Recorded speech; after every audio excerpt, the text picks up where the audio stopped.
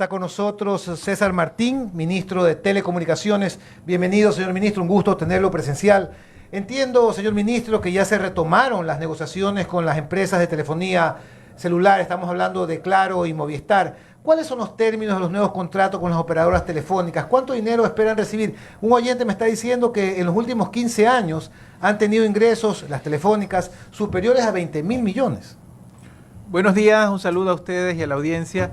Efectivamente, la semana pasada, para ser específicos, el 6 de junio, se reiniciaron las mesas de negociación con las operadoras telefónicas dentro de este proceso de renovación de los permisos de uso del espectro radioeléctrico en el Ecuador. Vale recordar que este es un proceso que se inició en el año 2022, debió haber culminado en el 2023, puesto que el plazo de concesión anterior de 15 años fue de 2008 a 2023.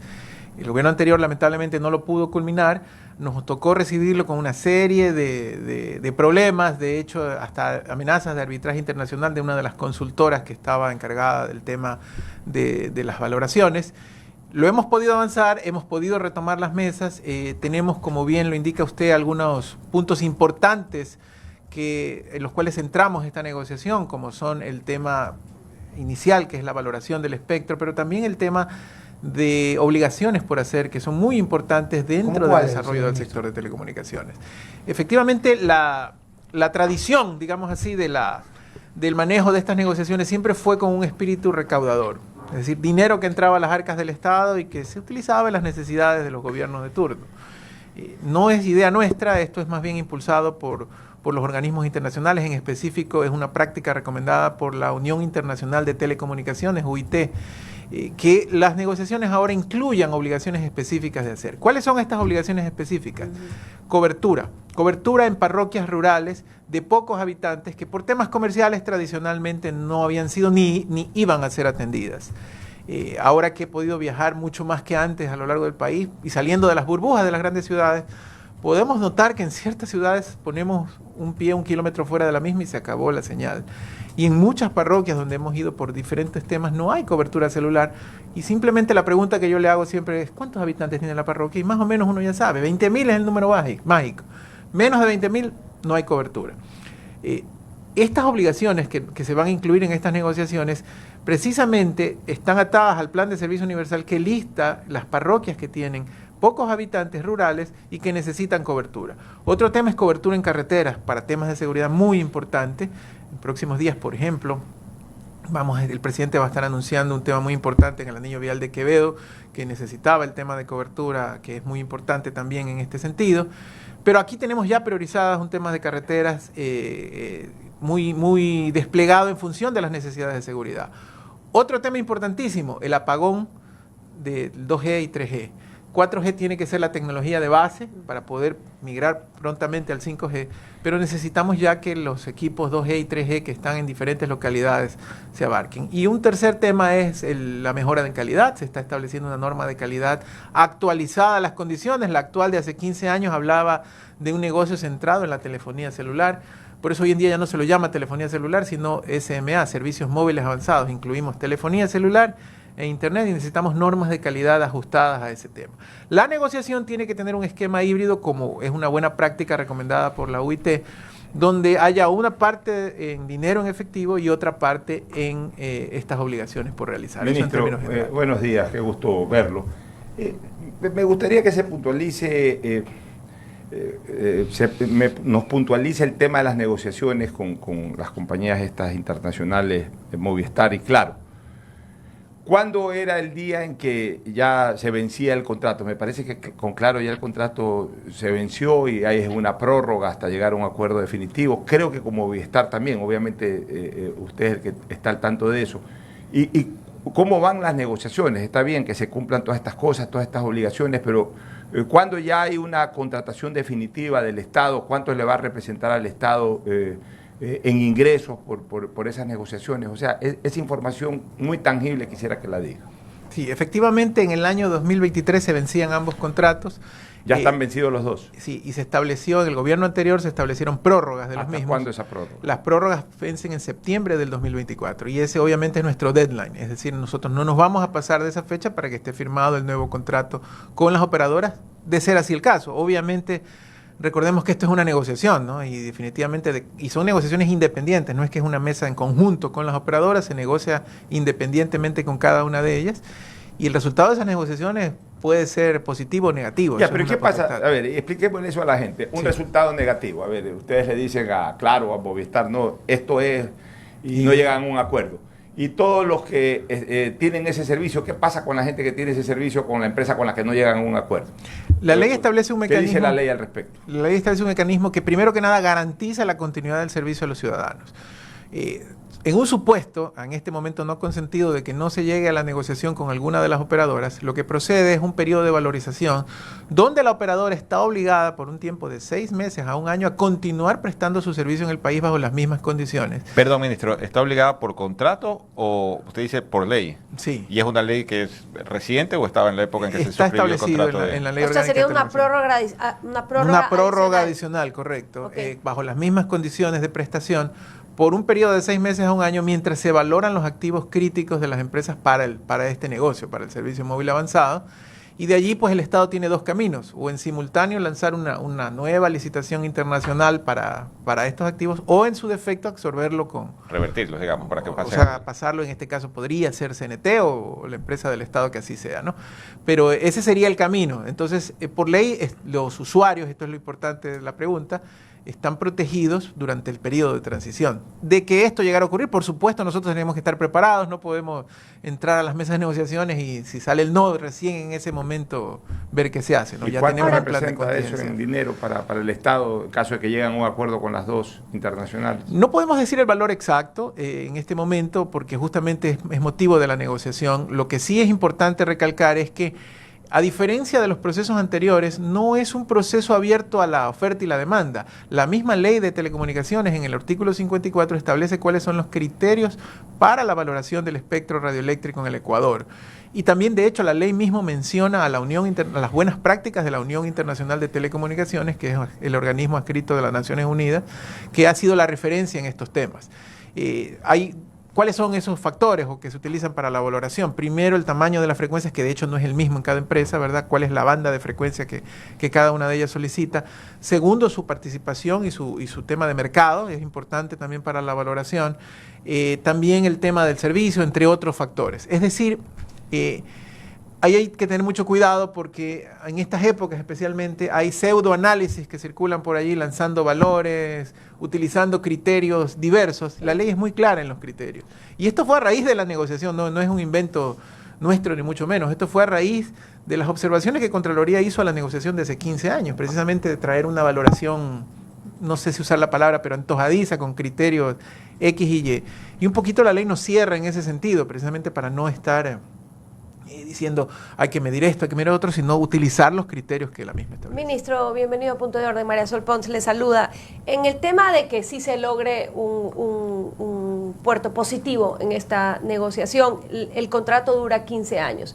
Y como usted lo explicaba claramente en los puntos anteriores, hay una variedad de aspectos y de esferas en este mundo de la telecomunicación que cambia sin duda a una velocidad que ni la ley cambia a la misma velocidad, ni siquiera el comportamiento del consumidor. Es decir, las personas se van adaptando rápidamente a la tecnología, pero la tecnología arrastra todo este comportamiento.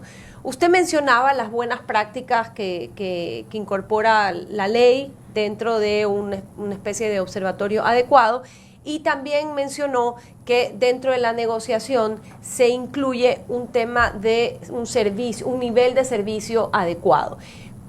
En ese sentido, ¿qué precisión le puede dar al oyente de este programa con respecto de esas certezas que debe tener de que durante estos próximos 15 años se cumpla a tiempo con la actualización del servicio en términos de buena calidad y de óptima conectividad? Porque nos ha pasado que el mundo va a una velocidad y el Ecuador va a otra. Usted explicaba el apagón del 2G y del 3G. ¿De qué manera se contemplan estos cambios tecnológicos en los próximos 15 años del contrato negociado? Sí, es muy interesante la pregunta y muy buena la puntualización que usted hace, porque esta es una realidad a nivel mundial, que a veces yo soy una persona, yo soy académico, ¿verdad? Más centrado al área científica, y a veces no nos explicamos cómo es que la tecnología, el desarrollo científico avanza mucho más rápido que la regulación, y es totalmente cierto. Parecería mentira, ¿no? Que los que se inventan los semiconductores y tanta tecnología lo hacen más rápido que lo que los legisladores aprueban, cambian y modifican leyes, pero es una realidad mundial.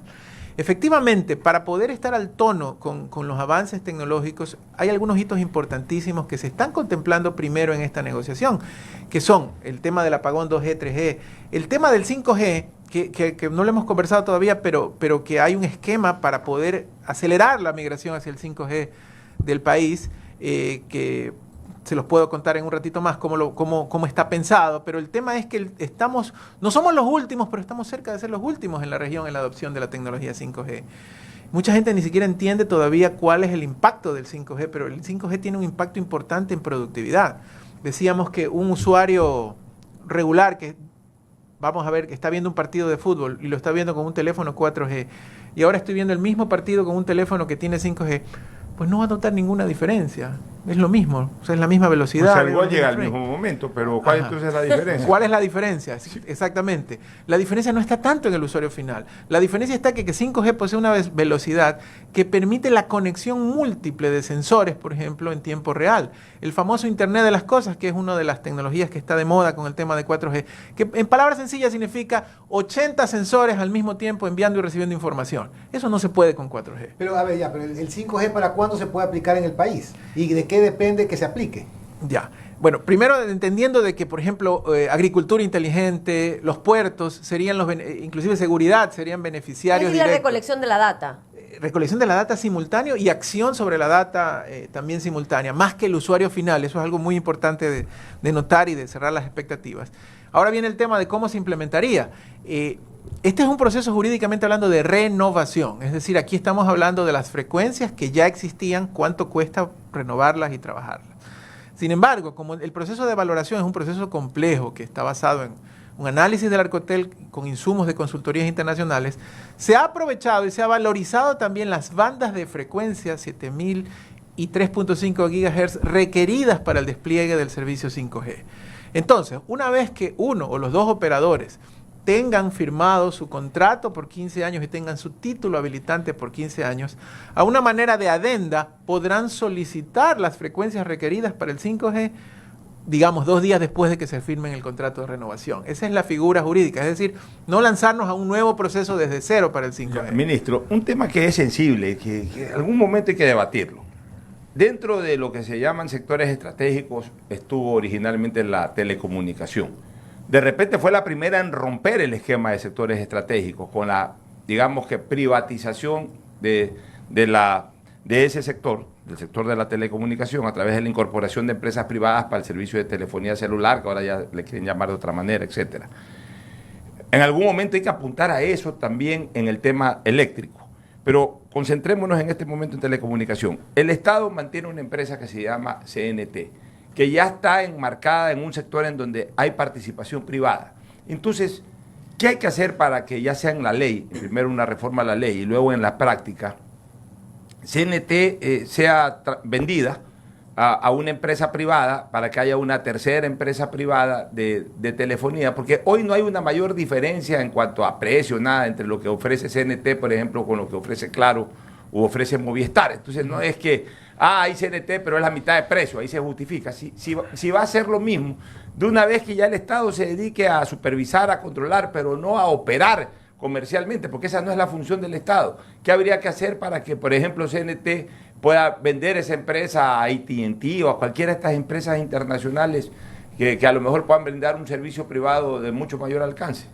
Bueno, una de las primeras visiones que hemos tenido al asumir la cartera del Estado bajo la visión del presidente es devolverle esa rentabilidad que CNT debe tener, porque CNT, como usted bien lo menciona, no es solamente, es una empresa de telecomunicaciones que tiene varias líneas de negocio. Hace muchos años era la telefonía fija, hoy reducida a un 1%. muy pequeñito. Una de muy fuertes es la telefonía celular o servicio móvil avanzado. Pero un punto de orden ahí, ¿CNT qué tecnología está usando? Creo que es 2G. No, CNT tiene... De hecho, ahí le voy a lanzar una premisa, ¿no? Lo primero que hice yo he sido cliente por años de una de las operadoras privadas, pero al venir acá lo primero que hice fue cambiarme a CNT. O sea, cambió de CNT celular usted, de número también. ¿No? Tiene... ¿Puede migrar con puede migrar. Puedo migrar con el mismo número. Tiene el 4G LTE mucho más fuerte que alguna de las operadoras privadas. Es más, en algunas reuniones de gabinete yo me he jactado con algunas personas diciendo, yo tengo señal 4G y no la tienen los otros. ¿Por qué no se promociona más CNT? Porque CNT, a ver, yo les apuesto a que aquí, de las 5 personas que estamos aquí, todos pensamos CNT, lo asociamos con una empresa, un elefante blanco ineficiente. Bueno, por un lado, y por otro yo lo asocio a Coactiva, porque a diferencia de las empresas privadas, CNT tiene Es Coactiva. que, O sea, a ver, es que no es el problema CNT. CNT tiene muchas cosas beneficiosas. Es el problema que es empresa de Estado. Claro. Entonces la gente desde lo comercial no se siente identificado con el Estado. O sea, la gente prefiere algo, comercialmente hablando, algo alejado al Estado. Para mí el servicio que provee un privado siempre, y especializado en ese tema, va a ser mejor que el servicio que te puede dar un ente público. Esa es mi percepción y puede ser un sesgo, pero... es que es real, es un sesgo, pero es real. Todo lo que ustedes dicen es totalmente válido, ¿no? Hay sesgos, existen. Y entonces, completando la idea de lo que me preguntaban, la idea es que no solamente CNT está activa en estos dos sectores, también tiene el tema del internet residencial, la red de fibra óptica hoy por hoy de CNT, y tampoco hay que decir, chuzo, qué maravilla CNT. A veces el atraso hace que mejores directamente. CNT se saltó una generación en su internet doméstico. Nunca, por ejemplo, dio el famoso servicio de cable que estuvo de moda como ser el más rápido por muchos años. Y de hecho, el despliegue de fibra óptica en el Ecuador es mucho más alto que en otros países de la región como Perú. ¿Por qué? Porque nosotros nos perdimos una generación que fue el cable, del internet por cable. Pasamos casi que del teléfono a la fibra óptica, ¿verdad? Entonces, CNT tiene una red de fibra óptica para servicios domésticos de internet muy importante. No vende. A eso vamos. Permanentemente me llegan ofertas de todas las cableras, por ejemplo. Correcto. De CNT ninguna. A eso vamos. Y otro tema más importante dentro del portafolio en el sector telecomunicaciones que tiene CNT es el empresarial, los famosos centros de datos, los data centers. El data center de CNT, y este es un término muy técnico, es de categoría Tier 3, que es el segundo más importante y más tecnológico del país.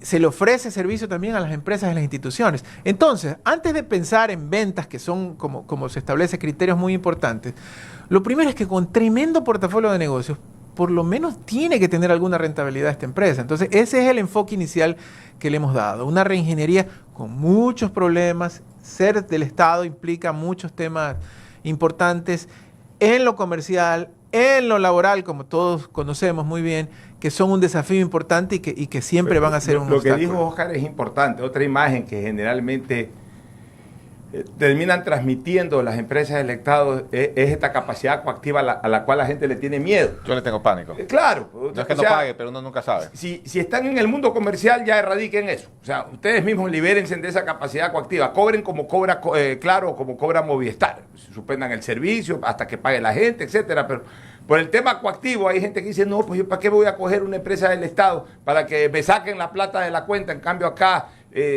por último me cortan el servicio, voy y lo restablezco. O sea, todos esos fantasmas hay que también irlos eliminando. Mira, un oyente dice, CNT ha sido un botín político, los operadores políticos son los que mandan ahí. Otro oyente, Carlos Mosquera, señor ministro, nos está diciendo que tendremos que seguir firmando contratos con las mismas compañías que han servido los últimos 15 años. ¿No hay nuevas compañías que puedan entrar al mercado? Bueno, como decíamos, jurídicamente este es un proceso de renovación. Es decir, en un proceso de renovación, como su nombre lo dice, están participando las que ya tenían el servicio. Eso no quita que haya la apertura para la participación de otras empresas. Ahora, hablando comercialmente... ¿Pero cuándo, ministro? Discúlpeme. ¿En qué ventana de oportunidad entraría una empresa como Vodafone o como T-Mobile, por decir, dos grandes extranjeras? Es que eso le iba a decir. Comercialmente hablando, salvo pues los países grandes, desarrollados inmensamente, lo normal comercialmente en países de la región es que no haya más de 3 operadores. Entonces, cuando vienen estas empresas extranjeras, más bien lo que procuran es negociar con las que ya existen, ¿verdad? ¿Por qué? Por Por el tema región, ¿usted se refiere lo mismo a Brasil que a Ecuador? Porque yo supondría que son dos realidades totalmente distintas. ¿O en Brasil también tenemos tres operadores? En Brasil tenemos 4, me parece. Bueno, tenemos que ser conscientes también del tamaño del mercado. Claro. Precisamente, Claro. Comparándonos un poquito más cercanos, Perú, Colombia, que igual son un poco más grandes que ¿Cuántas tiene nosotros. Perú y cuántas tiene Colombia? Tres. Entonces ellos viven una realidad. Bueno, ahorita Colombia ingresó una cuarta. Ah. Son realidades un poco similares, pero digamos que ese está entre 3 y 4 el número razonable. También se ha hablado muchas veces de que el espectro radioeléctrico no ha sido utilizado, que se ha utilizado el 30% del mismo.